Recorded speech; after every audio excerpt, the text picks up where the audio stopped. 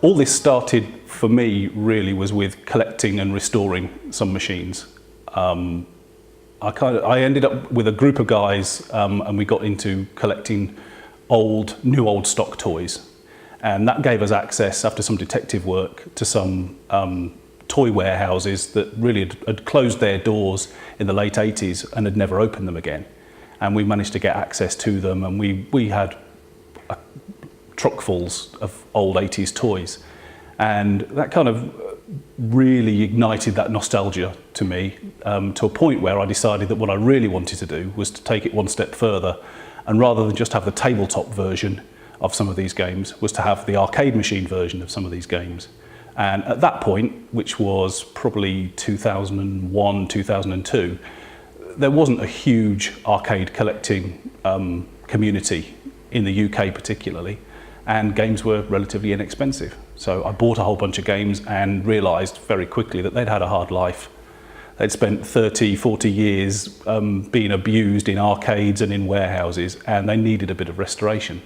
So I got in touch with a company in the US that did restoration work, mostly for movies, and they were very, very helpful. So I restored some machines, and that was great. The next time I called them, they told me that they were getting out of the arcade machine restoration business and focusing purely on pinball. And so I asked the fateful question of, what are you going to do with the artwork that you've got for arcade machines?